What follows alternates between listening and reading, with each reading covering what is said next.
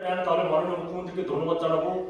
আমার আপামর যে সমগ্র যে বিজ্ঞান কর্মী বা সমাজকর্মী যে বন্ধুরা আছে সবার পক্ষ থেকে সবাই আপনাকে সাধুবাদ জানাবে যে আপনি সঠিক পদক্ষেপ নিয়েছেন। অন্যায় করেছে আইসি আইসি ন্যূনতম একবার আমাকে জিজ্ঞাসা তো করবে যে আপনি কি করেছেন বলেন, সেই জিজ্ঞাসার মধ্যে করতে সময় পায়নি। এবং তাকে যে পেপারপত্রগুলো দেওয়া হয়েছে ওগুলো আমি জানি না উনি পড়তে জানেন কিনা। পরবর্তীতে উনি তো দেখলাম একটা কোনো একটা চ্যানেলে সাংবাদিকদের সামনে বলেছে, সাংবাদিক বন্ধুদের সামনে, যে কি উল্টো পাল্টা অনেক কিছু নিয়ম করেছে। সেই নিয়মগুলো হচ্ছে ভারত সরকারের স্বাস্থ্য দপ্তরের যে রুলস বা নিয়ম যেটা রয়েছে, আইন রয়েছে, সেখানে কেউ মৃত্যুর আগেও অঙ্গীকারবদ্ধ করতে পারে, আবার নাও করতে পারে। মূলত যখন সে মারা যাবে, কোনো ব্যক্তি মারা যাবে, সিদ্ধান্তটা নেবে তার পরিবার, তার আনুষঙ্গিক যারা আছেন তারা সিদ্ধান্ত নেবে। অনেক সময় অঙ্গীকার করা থাকলেও সেটা আমরা সে কর্নেও কালেক্ট করতে পারি না বা সেই বডিও দান করা যায় না তার পরিবারের যদি সম্মতি না থাকে। এই আইনগুলো আগে জানতে হবে এবং ওই সমস্ত গুরুত্বপূর্ণ পদে যাদেরকে বসাবেন তারা যেন ন্যূনতম আইনগুলো জানেন। নানা ধর্ম, জাতি, উপজাতির লোকজন যারা অঙ্গদান করছে, দেহদান করছে, অঙ্গ প্রতিস্থাপন করার জন্য এগিয়ে আসছে, ব্রেন ডেড যাদের আছে, তারা ভেন্টিলেটরে আছে, তারা অঙ্গদান করছে। নানান সমস্যার দিক থেকে তাদেরকে এই বাধাগুলো অতিক্রম করতে হবে। আমি হাজ কমিটি অফ ইন্ডিয়ার সদস্য ছিলাম 2009 থেকে 2012। 2012 সালে আমি হাজ মুভমেন্টের সময় মক্কা মদিনায় গিয়েছিলাম। Saudi council of organ and body ডোনেশনে আমি আমার কাজ করেছিলাম। যতদিন আমি এখানে আছি, যদি আমার দুর্ঘটনা ঘটে তাহলে আমার অঙ্গ প্রত্যঙ্গগুলো তার প্রতিস্থাপন করতে পারে। আজকে মালয়েশিয়া, ইন্দোনেশিয়া উলেমা কাউন্সিল অর্গান ডোনেশনকে কম্প্যাটিবল বলেছে, উলেমা কমপ্লায়েন্ট আছে, সারিয়া কমপ্লায়েন্ট আছে। পাকিস্তান, বাংলাদেশে 2015 সালে গণদর্পণের নেতৃত্বের সঙ্গে, ব্রজদার সঙ্গে, জমায়েতের সঙ্গে একটা সমস্যা হচ্ছিল। তখন শেখ মুজিবুর রহমান মেডিকেল কলেজ, ওখানে একটা অনুষ্ঠান করা হয়েছিল, ব্রজদা গিয়েছিলেন, আমি গিয়েছিলাম ওনার সঙ্গে এই অঙ্গ প্রত্যঙ্গ এবং অন্যান্য দেহদানের বিষয়টা উপস্থাপন করার জন্য।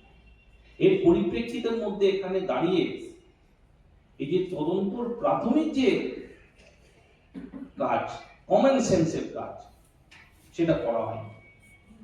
প্রশাসন অতি সক্রিয় রয়েছে, আবার প্রশাসন নিষ্ক্রিয় রয়েছে। কেন, যিনি যার নামে অভিযোগ করা হয়েছে ওনার উপরে আক্রমণ হয়েছে, ওনার পরিবারের সদস্যদের নিগ্রহ করা হয়েছে, ওনার ঘর ভাঙচুর করা হয়েছে। এখানে আমরা দেখতে পাচ্ছি প্রশাসন একেবারে নিষ্ক্রিয়। 10 জন ছেলে এসে এরা মাছ বিক্রি করেছে, ওই চোখ বিক্রি করেছে, ইত্যাদি করে অভিযোগ চিৎকার শুরু করেছে। তারপর যথারীতি আমাদের যে আত্মীয় স্বজন যারা এসেছিল মারধর বা ইত্যাদি সমালোচনা করেছে। তারপরে পুলিশ আসলে যথারীতি পুলিশ এসে বলে যে যেহেতু এইরকম এখানে অনেক অভিযোগ চলছে, আপনাদের সেফটির জন্য নিয়ে যাচ্ছে। যখন থানাতে ঢুকি তখন 8টা, যখন থানায় ঢুকি তো থানা যথারীতি আমাদের বসিয়ে রাখলেন, ভালো।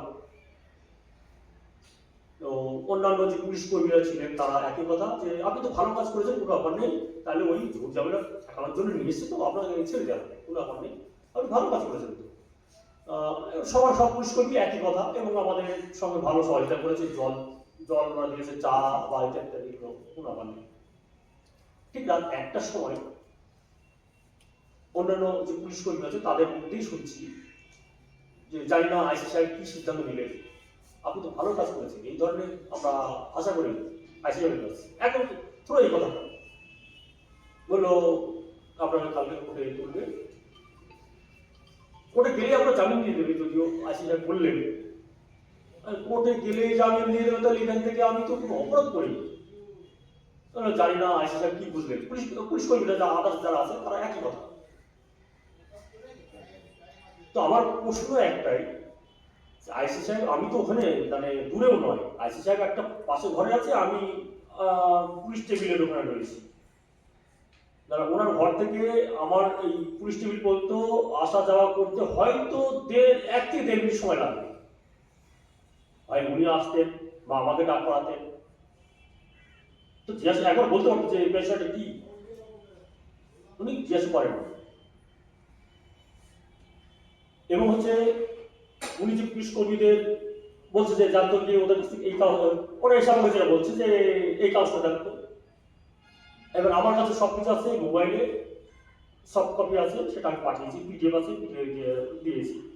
আবার আর এক পুলিশ কর্মী আছে, আপনি এই কাগজটা দিন তো, কি কি কাগজ আছে যাকে দিচ্ছি সবগুলোই হচ্ছে 4-5টা যে আমার কাছে পেপারসগুলো রয়েছে, তখন হচ্ছে ওই যথারীতি মোটামুটি কি বলবো দেওয়া শুরু করেছে। তারপরে এর আগে আমাদের কাগজগুলো যেগুলো সবই ছিল এদিকে দিকে সবগুলো আমার কাছে চলে এসেছে। তো তারপরে উনি বলেননি কোনো কিছু, সকালে ওদের নিয়ম অনুসারে মেডিকেল করিয়ে তারপর হচ্ছে কোর্টে নিয়ে গেছেন। কোর্টে তো ম্যাজিস্ট্রেট বললেন যে জামিন এবার পারেন না। তো আমার প্রশ্ন একটাই, আপনাদের মাধ্যমে সেটা বলছি যে আইসি সাহেব উনি সিদ্ধান্ত নিলেন হ্যাঁ আমি অপরাধী, তো অপরাধটা কি, আমার অপরাধটা কি? তাহলে কি এই অঙ্গদান বা ব্লাড দান এগুলি কি অপরাধ? সেটা হচ্ছে যতটুকু জানি পুরনো যেটা আইপিসি ছিল তার 166 নম্বর ধারা আর নতুন ন্যায় সংহিতার 157 নম্বর ধারায় বলা আছে পুলিশের কোনো গাফিলতি হলে হেভি কর্পাসে যেতে পারেন, এসপির কাছে আবেদন জানাতে পারেন, এগুলো আপনারা করতে পারেন। আপনারা নিশ্চয়ই যারা বিরোধিতা করেছে বা ষড়যন্ত্র করেছে তাদের বিরুদ্ধে আদালতে যাচ্ছেন, কিন্তু যে পুলিশ অফিসার মানে আইন বিরুদ্ধ কাজটা করলো এবং যার জন্য বেশি এই গণ আন্দোলন আটকে যেতে পারে সে ব্যাপারে কি তাকেও যুক্ত করছেন মামলায়?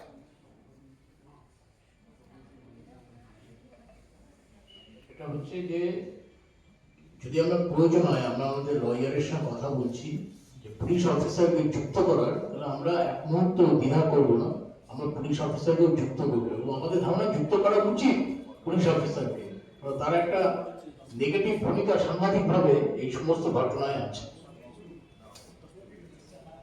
আমাদের এই মুহূর্তের প্রায়োরিটি যেটা, আমাদের দাবিও যেটা পুলিশের কাছে, সেটা হলো এবং কোর্টের কাছে নিঃশর্ত চাই, নিঃশর্ত করতে হবে, এটা পুলিশের ভূমিকা আছে। কিন্তু এখন ওর বিরুদ্ধে যে ধারা লাগানো হয়েছে সেগুলোকে ইরেজ করতে হবে, এইটা প্রথম।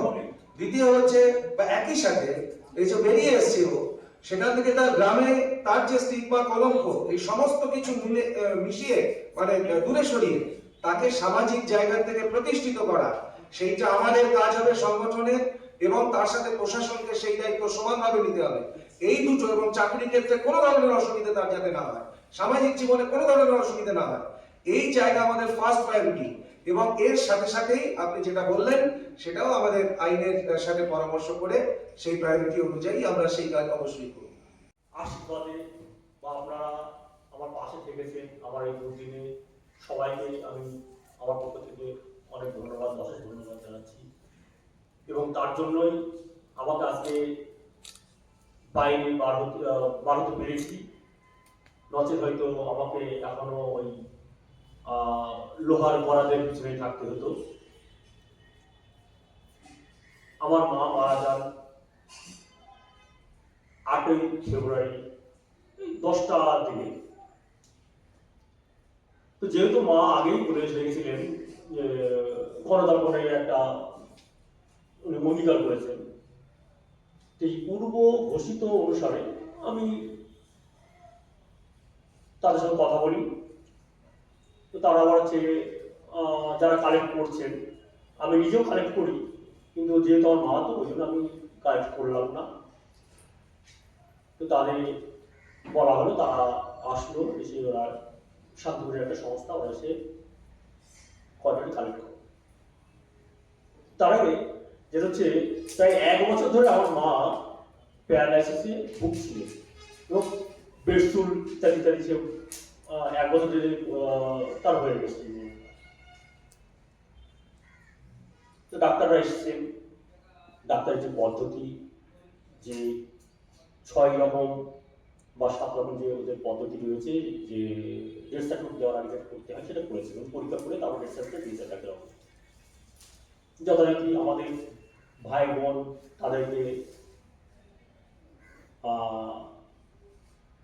বলা হলো যে যেহেতু মা বলেছেন যদি যে মায়ের কর্মী আছে প্রায় 6 থেকে 7 জন মানুষ দৃষ্টি ফিরে পেতে পারে, অন্ধ মানুষ দৃষ্টি ফিরে পেতে পারে। তো তারপরে যথারীতি আমার ভাই বোনের সবাই মিলে আলোচনা করার পর বলছে তাই দেখা যাচ্ছে মরা মানুষের চোখ থেকে দেখা যায়। এবার সঙ্গে যারা ছিলেন ওনারা বললেন যে হ্যাঁ দেখা যায়, ডাক্তারবাবু বললেন হ্যাঁ দেখা যায়। বলে হ্যাঁ তাহলে মা তো মরেই গেছে, তো কবর দিলে হয় নষ্ট হবে, নষ্ট থেকে এটা নষ্ট জিনিস দিয়ে যদি দেখতেই পারি তাহলে তাই করে দেখা দিলে ভালো ওজন করেন আপনারা। সেই মতো কর্মিয়া কালেক্ট করেছে, তখন সম্ভবত ওই 3টে দিকে আশেপাশে হবে। তারপরে কর্মিয়া নিয়ে চলে যায়। তারপরে যথারীতি মায়ের যে কবরস্থ করার যে পদ্ধতিগুলো সেগুলো চলছে। ঠিক আছে।